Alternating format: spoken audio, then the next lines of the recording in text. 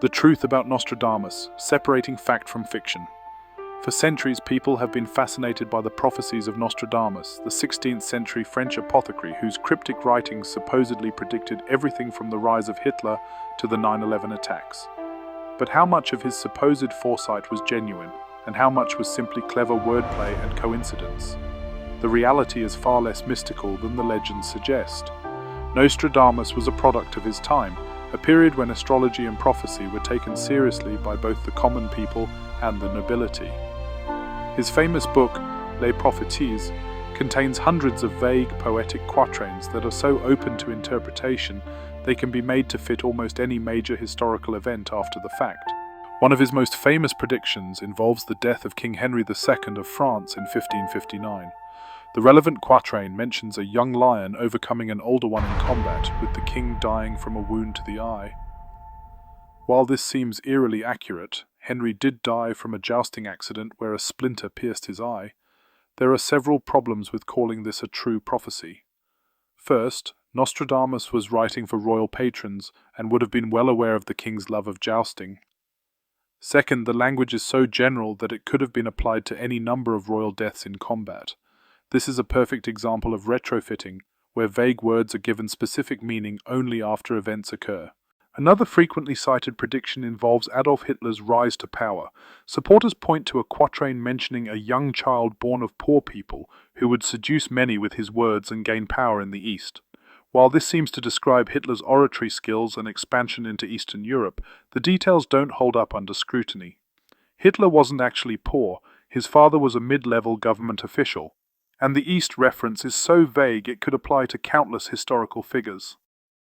Moreover, when you consider that Nostradamus wrote nearly 1,000 quatrains, it's statistically inevitable that some would appear to match major events purely by chance.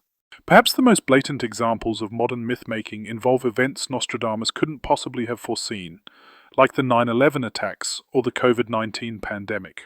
The so-called 9/11 prediction circulating online is completely fabricated. It doesn't appear in any authentic Nostradamus texts.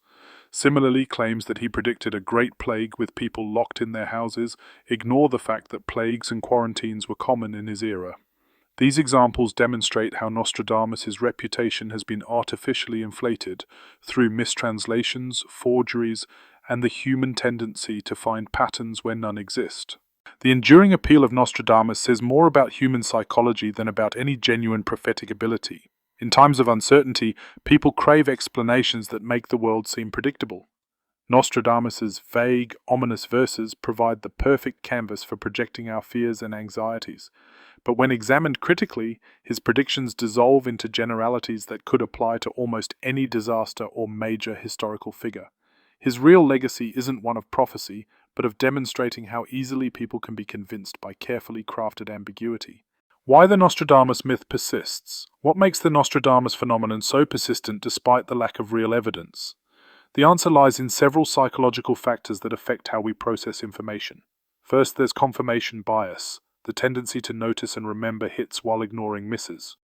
When one of Nostradamus's quatrains seems to match an event, it gets widespread attention, while the hundreds that don't are forgotten.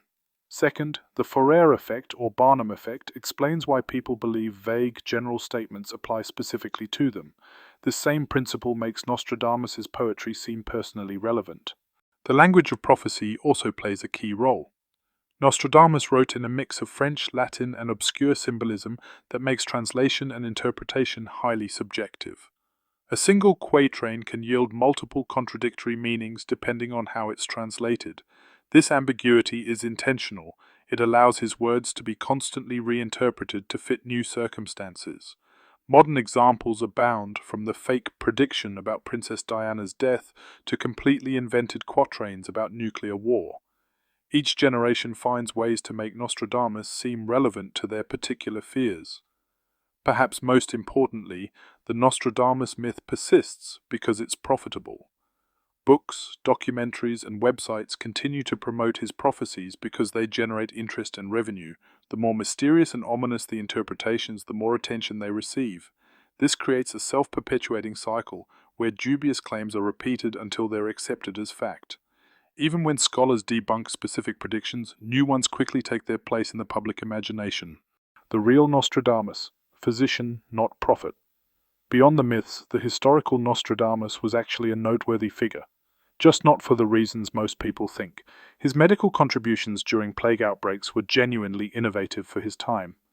Unlike many contemporary doctors who relied on dangerous practices like bloodletting, Nostradamus emphasized cleanliness, fresh air, and herbal remedies.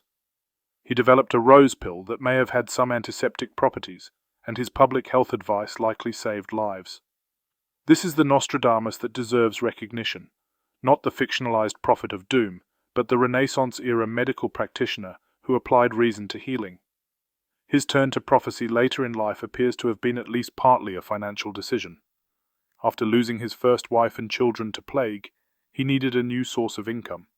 The almanacs and prophecies he produced catered to the superstitions of the era, and found a ready audience among both common people and nobility.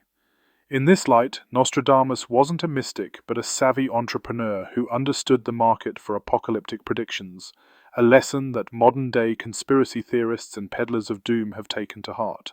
The true lesson of Nostradamus isn't about predicting the future, but about understanding how misinformation spreads and why people believe in prophecy despite overwhelming evidence against it.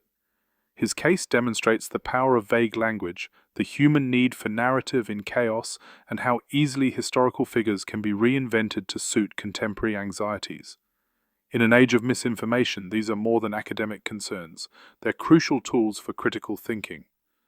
The story of Nostradamus ultimately serves as a cautionary tale about the dangers of uncritical thinking. In a world where misinformation spreads rapidly online, the ability to distinguish between coincidence and genuine insight is more important than ever.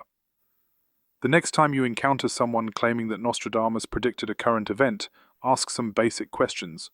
Is the prediction specific enough to be meaningful? Does it appear in authentic Nostradamus texts, or is it a modern invention? Are there multiple possible interpretations of the words? The answers will usually reveal that what seems like supernatural foresight is actually just pattern-seeking combined with creative interpretation. This doesn't make Nostradamus any less interesting as a historical figure, but it does place his work in proper context. Rather than a prophet, he was a man of his time, a skilled physician who later capitalized on humanity's timeless fascination with the unknown future. His real legacy isn't in accurate predictions, but in demonstrating how easily we can convince ourselves we've seen the future when we're really just looking at the past through a distorted lens. In the end, the most valuable prophecy might be this: as long as people crave certainty in an uncertain world, figures like Nostradamus will continue to find audiences ready to believe. The antidote isn't dismissing all predictions outright, but approaching them with healthy skepticism and an understanding of how easily our minds can be tricked into seeing connections that aren't really there. After all, if Nostradamus truly could see the future, he might have predicted how much debate his writings would still inspire nearly 500 years after his death, though that would have been an easy guess for anyone who understands human nature. What do you think about Nostradamus and his so-called prophecies? Have you ever encountered a prediction that seemed convincing at first but fell apart under closer examination? Share your thoughts in the comments below. We'd love to hear your perspective on this enduring historical mystery. And if you found this deep dive into the truth behind Nostradamus enlightening, consider sharing it with others who might benefit from a more skeptical look at prophetic claims. After all, in an era of misinformation, critical thinking might be the most valuable skill of all.